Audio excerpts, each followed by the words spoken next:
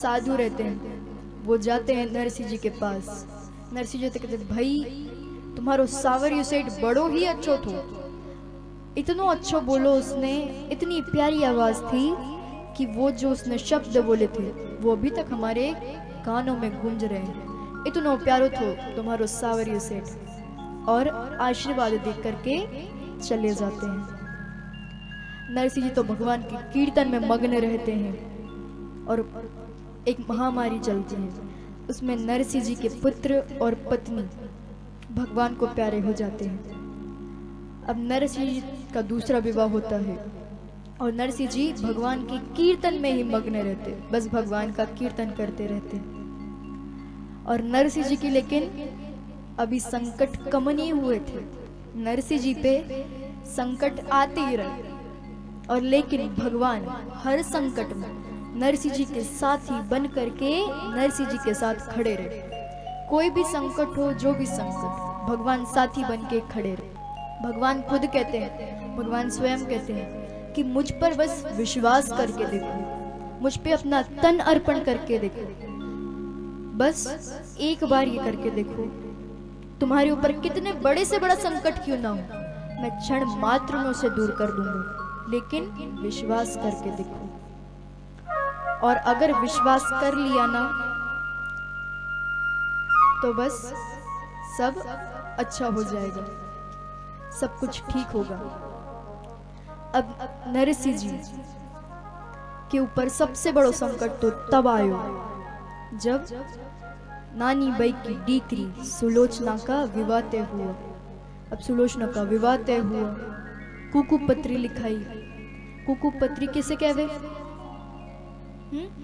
कुकू पत्री माने किसी को नहीं पता। निमंत्रण पत्र, इनविटेशन कार्ड बोले तो निमंत्रण पत्र। अब निमंत्रण पत्र तैयार हो, कुकू पत्री तैयार हुई। अब भाई नागरकुल में सबको भेजी गई, सबको न्योतो दियो गयो। अब किसी ने बोलो कि भाई यहाँ पे वयोवृद्ध होना जरूरी है, उसे भी कुकू पत्री भेजो। वयोवृद्ध कौन? बुद्धि में वयोवृद्ध नहीं, उम्र में भी वयोवृद्ध नहीं, नानी बाई के प्रेम में वयोवृद्ध होना चाहिए। और वो और कोई नहीं, नरसिंह जी थे। और नानी बाई के ससुराल वालों को सबको नरसिंह जी की हालत पता थी कि अगर नरसिंह जी को बुलाया तो नाक कटेंगे। अभी ये बात नानी बाई की सासू ने सुनी, अब बेचारी चिंते में बैठी। उतने में नानी बाई की दादी सासू आ गई। दादी सासू किसे कहवे? सासू की सासू को दादी सासू आई, कहने लगी सासू से कि भाई कई हुई गए, क्यों चिंता में बैठी है? तो सासू कहवे भाई कई बताऊं तुझे तो सब पतो है। दादी सासू कहवे बताए तो, जब तो पता चले कई पतो है। सासू कहती अरे वो नरसिंह जी को बुलाना पड़ेगा। दादी सासू कहवे बस इतनी सी बात। सासू कहवे अरे कई थारे पास इस उपाय है, बताओ, तुम्हारे जैसे बुद्धिमान कोई ना है। पैर दबाने लगी। दादी सासू कहवे मक्खन बाद में लगानो, पहले उपाय सुन।